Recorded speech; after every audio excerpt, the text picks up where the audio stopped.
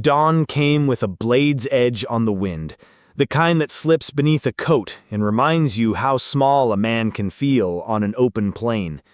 The valley lay quiet and bruised with cold as Elias Ward rode in from the North Trail, the shoulders of his horse shining with frost, the leather creaking like old bones. He had told himself this would be a simple morning, first light on a new life, a gate swinging on hinges he now owned, a cabin passed down from an uncle who never stopped believing the West could be a place to start over. But sometimes the land answers a man with a question. The cabin gate emerged from the fog, and for a heartbeat, Elias thought his eyes were playing a mean trick. 5 ropes hung from the crossbeam, 5 bodies, 5 bare feet swaying slightly, the wind treating them like chimes, soft, terrible, inevitable. The dresses were torn, hair tangled by night, faces hidden, and there, pinned to each heaving chest, were slats of split cedar, letters burrowed in by a hot knife. This ain't your land. What belongs to Morrison will always belong to Morrison. Maybe you've stood somewhere you were supposed to belong. Job, family table, house keys warm in your hand, and felt a sign you didn't write tell you to turn around. Elias felt that. The taste of iron in the air. The feeling that the world was picking a fight you hadn't agreed to. He slid down from the saddle. The ground was hard as hammered tin. He went to the first woman and reached, half praying he was too late, because sometimes being too late is simpler. But a pulse shivered against his fingers. Faint. Then another woman. And another. Life, thin as thread, tugging back. He drew the knife. He cut the first rope. She fell. He caught her, knees buckling, the weight of a life sudden and human in his arms. The mark of the noose burned red around her neck. He laid her gently down, worked the knots from her wrists. Then the second rope. The third. 4. 5. When the last body was lowered, the quiet changed. It wasn't a hush of death anymore. It was the hush that comes after a decision. Elias dragged them beneath the cabin's awning, muscles burning, breath fogging the air like smoke. Inside, the place smelled like dust and old wood. He got a fire going with kindling that snapped like dry bird bones. The light licked the walls and finally found their faces. It's a strange thing how a fire can turn strangers into people. The first woman had black hair that fell like a curtain and eyes that cut clean through the dim. Even bruised, there was a command to her posture, the way she held pain as if it had to ask permission to stay. Clarabelle, though he didn't know the name yet. A leader's face. The second wore fury like a second skin, red hair matted with dirt, lips cracked, blue eyes sharp as broken glass. Ruby, the kind of woman who laughs at a storm just to hear it answer. The third was pale and fine-boned, a farmhouse dawn about her despite the rope burn. Sadie. Hands that looked born to plant seeds and mend seams, still shaking, still steadying. The fourth woman took a long breath and kept her silence, gaze moving with the precision of a spring-loaded trap. Violet. She watched the room the way you count cards, once, twice, always. And the last, whose brown hair had dulled to chestnut under soot, carried a calm that gathered the others without a word. Grace. There's always one who makes the space sound like a kitchen again, even on the edge of a war. For a while they lay there, half in the world, half somewhere beyond it. Elias took water from his canteen. He broke the heel off a hard biscuit and softened it in his palm. He didn't speak. There are moments when talk is a clumsy instrument, and this was one of them. He just worked. The black-haired woman, Clarabelle, stirred first. Her voice came raw and low, but clear as a bell struck in a winter church. "Do not leave us behind." "I won't." He'd meant to say more. He didn't. The promise already felt bigger than any number of words. The cabin breathed and crackled. Water passed from hand to hand. The world shrank to the circle of firelight, to 5 pairs of damaged wrists and a man who had thought he'd come for a key and a deed. And then the stories began. Slow, then pouring. If you've ever listened to somebody tell you how their life got turned over, you know the rhythm. The little facts carry the weight. The way a house smells after it burns. The sound of paper tearing when a sheriff calls it a formality. Morrison, Grace said, and it wasn't a name so much as a diagnosis. The judge, the good man in the black robe, he buys people, forges the ink and sells the soul, turns women into property. He owns this town the way a plague owns a body. Ruby's laugh came like a spark jumping the grate. He burned my place first, then brought papers to sign, like there's such a thing as consent with a gun in the room. Sadie's voice trembled, but the bones of it held. He accused my father of horse theft, took me as collateral. My father, he didn't live through the week. Violet, still quiet, reached under her torn skirt and slid a small leather pouch onto the floor. Paper spilled out like feathers. Deeds. Contracts. Seals with the wrong weight to them if you knew how to look. Proof, she said simply. He thought rope would bury it. He miscounted our breaths. Clarabelle leaned close to the fire. The light turned her eyes into green glass. You cut us down, she told Elias. So listen well. You did not inherit a cabin. You inherited a war. Out on the valley floor, the wind rose, and for a moment, Elias was not in a cabin at all. He was back on a ridge with a carbine against his shoulder, hearing the drum in his chest that meant you keep moving or you don't move again. He had promised himself, after the war, that he would never again go looking for a fight. But there's a difference between going looking and being found. Maybe you've made a promise to yourself and then discovered it doesn't fit the world you're in anymore. Maybe you've lowered someone to the ground and felt that promise change shape in your hands. Elias stared into the fire, then at the ropes coiled like dead snakes near the door, and something in him aligned. All right, he said quietly. Then let's learn how to fight it. The morning lifted a ribbon of fog that clung to the red earth and bleached grass. Elias took his coffee on the stoop, habit more than hunger, and let the heat sit heavy in his hands. Inside, the women shifted on their pallets, breath fragile, steady. Hoofbeats came like a question you can't pretend you didn't hear. 3 riders first, black coats and long shadows, pausing at the rise where the road poured itself into the fields. The man in the middle didn't slouch. He held the reins like he owned the ground his horse stepped on. Even at a distance you could tell, the way some men carry themselves like the law and expect the world to confirm it. Clarabelle stepped into the morning. The bruise at her throat had bloomed purple. The cold made it darker. It's him, she said, voice flat. Morrison. And if he's here, he knows we're alive. Ruby's face flared to life like a match head. Then let him know what that costs. Violet moved to the window without a sound. Grace gathered Sadie's hand in hers. Elias felt all their eyes on him, then watched the horizon again. The 3 became 7. 7 became a line. That line lengthened until the valley seemed to breathe gunmen. Torches flickered in the soft daylight like a fever taking hold. He didn't need to say there was still a way to run. They already knew the map. If you've been hunted, you can draw escape routes across the roof of your mouth with your tongue. And yet, the routes mean less than the people in the room. This is my land now, he said finally, and felt the words settle into the cabin's beams. And it is our fortress. Inside, he unlatched the wooden chest beneath the main table and set the contents in a clean row. It was an old soldier's ritual, and the old soldier had never entirely left him. Winchester, cleaned and oiled. An aged Colt with a nick on the grip. A sawed-off shotgun that felt like thunder when it fired. A hunter's knife honed to a whisper. Another pistol that had spent years under someone's pillow. He placed each weapon exactly where a hand would find it. Ruby, he said, lifting the Colt. She caught it, spun the cylinder, and for the first time since the robes, smiled with her teeth.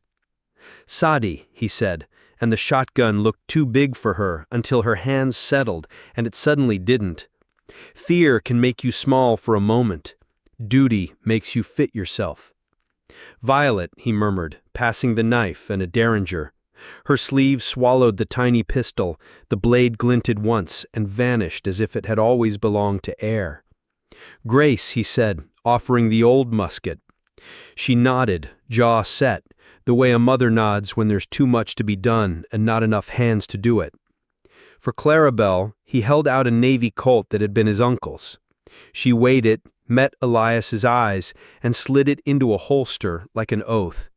"Here's a thing I've learned, watching people stand their ground. Courage rarely roars at the beginning. It's quieter than that. It's the way a man clicks brass into a loading gate without looking. The way a woman checks the window latch twice. The way breath slows into something that can last." Morrison's voice carried before his face did. "Hand them over," it rang, the valley shaping it, the echo making it sound bigger than the man. "That cabin ain't yours, Ward. You cut them loose yesterday. You signed your death warrant today." Elias stepped onto the porch. "This land belonged to Jeremiah Ward. Now it's mine. If you want it, Morrison, come and take it." You could argue words are foolish when bullets are coming, but sometimes the truth must be spoken aloud so everyone knows what they're standing under. The first shot fell like a hammer on a bell. Wood splintered at the gate. Then the world broke open. The crack and boom of rifles, glass bursting into sugar, dirt kicking up in frantic little puffs. Elias moved on instinct. Lower, fire, lever, fire. The rhythm remembered him. A man clambered up onto the porch, face mean with greed. Ruby's Colt barked. He folded like a pocket knife and slid back into the dust. Sadie squeezed her eyes shut and pulled the shotgun trigger. Two men at the door flew backward as if a giant hand had flicked them away. Sadie opened her eyes and made a sound like she'd swallowed fire, then loaded again, with hands steadier than fear allowed. Violet let chaos find its own blind spot. When a raider slipped inside on the kitchen side, she stepped from the cupboard's dark and cut the red out of his throat in one quick crescent. He was dead before he knew his name. Grace dragged Sadie out of the spray, then snatched a jar of kerosene from the shelf, set her jaw, and threw. Fire bloomed on the porch rail, horses screaming and veering, men swearing as their courage met heat. Clarabelle moved beside Elias like she had been born to the shoulder of his arm. 2 shots from the Navy Colt, clean, controlled, took the legs from a rider trying to flank. Smoke rose and curled, drawing black tattoos in the air around her face. A strand of hair had come loose and stuck to the rope bruise on her neck. She didn't seem to feel it at all. If you've never been in a gunfight, let me say, it's not the noise you remember. It's the fragments. The way a curtain breathes on a broken window. The tick of a cartridge case settling where it fell. The smell, grease and powder, blood and pine, and something like pennies warming in your palm. The wolves began to thin. Bodies and horses on the field, torches dying, smoke turning the cabin walls into a fever dream. But a storm always holds its center. Morrison came forward at last, not riding, but walking through the carnage as if the earth owed him steady footing. His long coat moved like shadow. The silver of his revolver flashed where moonlight found it. "Ward," he called, voice steady, "you think you saved them? All you've done is dig a wider grave. Around here, the law is what I say it is." Elias stepped out, shoulder bleeding where a graze had kissed the meat. The pain made the world very simple. Behind him, the 5 women stood shoulder to shoulder, as tall as the porch would let them be. He felt the cabin at his back and the valley before him, and the old ridge inside his ribs where once he learned how to aim a life. Clarabelle didn't wait for permission. She reached into her coat and held up papers, the kind that smell of dust and ink and a man's signature done by someone else's hand. "You call yourself law," she said. "This is what you are. Debt contracts forged on ash, seals bought with whiskey, the names of the sheriff and the banker and the preacher who baptized your lies." Morrison smiled the way a snake smiles when it has no lips for it. "Paper won't save you, girl, not when I'm holding the gun." Violet stepped out from the shadow by the door, raising a small silver locket. It swung once, catching firelight, and for the first time Morrison's face twitched. "Remember this?" she asked, voice even. "It belonged to Margaret, your wife. She's alive. She told us how you faked your death to steal her father's gold, how the women who said no to you disappeared." He flinched, then masked it with rage. "Lies." Grace took a half step, her stance as immovable as scripture. "We met her in Denver 3 weeks back. She wrote it down, signed it. The federal marshal has it in his pocket now. Maybe you've watched a bully learn the word over, not in a book, on his own skin." Morrison raised his pistol toward Clarabelle, and the world slowed, the air pulling thick, and Elias did not decide, he simply moved. A shove, Clarabelle stumbling sideways, and the Winchester bucked. Morrison's shoulder snapped backward, his gun clattered to dirt. Ruby came forward, blue eyes lit with a terrible, righteous joy. "Your time's up," she told him. "From today on, it's you who'll feel the rope." And then the sound turned, the hooves again, but not the disorder of hired men, the cadence of riders who held a code between them the way soldiers hold formation. Badges flashed on coats that weren't bought. The marshal's men fanned out, the circle tightening, the long day finally meeting an authority Morrison hadn't printed himself. Elias lowered the Winchester. Blood warmed his side. He could taste copper and ash and a strange clean note he hadn't tasted since boyhood, something like relief, trying to remember how to live in his chest. Morrison went down hard on his knees, wrists bound, face twisted with a hate that looked a lot like fear once the shine was gone. The last of his men dropped their eyes, their courage evaporating without his shadow to stand in. The marshal had a beard the color of snow at the edge of spring and eyes with no give in them.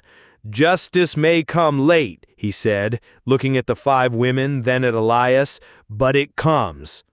Clarabelle pointed to the burned rope near the gate, now nothing but gray curls of ash among splinters. "We didn't survive by luck," she said. "We survived because he cut the rope." It was a simple truth, the kind that lands like weight rather than applause. Elias felt heat rise in his face and didn't know where to put his hands, so he put them on the porch rail, and the wood under his palms felt like the page of a book he'd finally caught up to. 3 days later, the valley carried different sounds. Hammers, the rhythm of men and women who choose to stay. The ropes that once tried to make their law had become ash that fed the soil. That's what fire does when you don't let it have the last word. They hung a new gate, sturdier hinges, boards that didn't remember hands around a throat. Elias drove nails with a focus that made his shoulder ache in all the right ways. He wasn't a farmer by nature, but work is a kind of prayer if you let it be. Sadie kneeling in the yard with a small bag of seeds she'd saved against reason, pressing them into the earth 1 and 2 and 5, her lips moving, not words, maybe a counting, maybe a wish. Her hands shook sometimes, they kept moving anyway. Ruby in the paddock with the horses, a scar on her cheek now the color of an old rose. She talked to the animals like they were people, loud, teasing, affectionate. They believed her. The horses always know who you are. Violet at the table, paper spread like a map of a better country, sorting contracts and affidavits into neat stacks that would not blow away. The locket glinted against her throat when the light came in. She would look up, catch Elias watching her, and give a small nod, as if to say, proof is a kind of mercy too. Grace ran a ledger that tracked nails and flour and the number of nights they slept without waking to a shout. You may think a ledger is a cold thing. In the right hands, it's a record of kindness accounted for. Who needs what? Who gave what? Who will carry what next? And Clarabelle? Clarabelle walked the fence line with Elias at dusk. They didn't talk much, or they talked about everything. Sometimes that's the same. The rope mark on her neck lightened day by day until it was a reminder rather than a claim. When the sun slid behind the cottonwoods, the green in her eyes took the last of the light and held it like a promise. One night by the fire, with the wind soft and the cabin warm, Elias looked around at them and felt something settle that had been loose in him for years. "Some ropes are made to kill," he said slowly, "but when you find the courage to cut them, they become the ties that bind. I thought I inherited a cabin. The truth is, I inherited all of you." No one leaped to answer. The fire popped and sighed. The horses shifted and breathed outside like they were dreaming. Clarabelle reached across the table and laid her hand on his. Just that. The weight of it, the warmth, the ease a person's hand can bring to another's, it knocked something quiet loose inside him. Maybe you've known a moment like that, when the word family stops being a door you knock on and becomes the room you're already in. From then on, the cabin was not a mark of what Morrison had done, it was a mark of what he failed to kill. It stood on the valley floor like a small fort of corrected truth. Travelers noticed. Women passing through would step down from wagons and rest, drink water, write letters. Men with rough hands would offer to mend a fence post for a hot meal. The marshal came by twice in the next month, not with questions, but to sit on the stoop and smoke and say only this: "We're still here." Elias learned the names of storms that roll in across a prairie night. The women learned which birds wake the dawn first.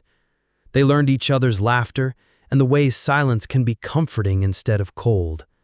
Some afternoons when the light got thick as honey and pooled in the doorway, Elias would catch himself listening, just listening. 5 voices in a small house, the sound of a page turning, the scrape of a chair. It's remarkable what the body remembers as safety. If there's a lesson in a place like this, and maybe there is, it isn't about who deserves the land, it's about who refuses to give one another up. Land changes hands, guns change hands, the wind changes its mind by the hour, but when people decide they won't turn their backs, the law starts to look less like a weapon and more like a path. There were other fights to come. Men like Morrison are rarely singular. They breed like rumors and keep different names in different towns. But news travels in the West, too. The story of a judge led away in irons. The story of 5 women who did not die when the ropes told them to. The story of a man who cut them down, not because he was a hero, but because he refused to make himself small enough to walk past. Sometimes at dusk, Elias would stand where the gate had been new again and ask himself the question that had met him on that first morning: what kind of man are you? The answers changed shape over time. Soldier, healer, landowner, friend. The kind of man who knows a deed isn't worth a thing if it isn't backed by the lives sharing the roof. He would hold those answers lightly, the way you hold the reins, enough to guide, never enough to bruise. And when the moon lifted like a coin from a pocket and the valley turned silver, the cabin sat there, no longer a threat, not a warning, but a promise made of wood and breath and stubborn, ordinary grace. If you had walked by then, you might have heard a woman laugh from inside, or the low murmur of voices and the clean rhythm of work finished for the day. You might have felt something ease in your own chest, the way a knot loosens without quite letting go. Out here, we are not saved by paper alone, nor by a badge, nor by a well-aimed rifle shot. We are saved by the hands that cut and catch, by the eyes that meet ours and say, "I'm not leaving." The West does not offer peace cheaply, but sometimes, if you stand together long enough, it offers something better. A life where justice stops being an idea and becomes the way you keep house. That's the story of Elias and Clarabelle and Ruby and Sadi and Violet and Grace. A cold morning, a knife through rope, a siege survived, a judge unmasked, a gate rebuilt. If it stirs anything in you, if it reminds you of a time you chose to stay when running seemed smarter, or a time someone cut you loose when the whole world said you were finished, maybe carry that forward. Maybe ask yourself before the next storm arrives, Who will I stand with? Who will I cut down from the gallows the world has built for them? Because in the end, out here and everywhere, justice doesn't belong to the man who shouts the loudest. It belongs to the ones who don't turn their backs.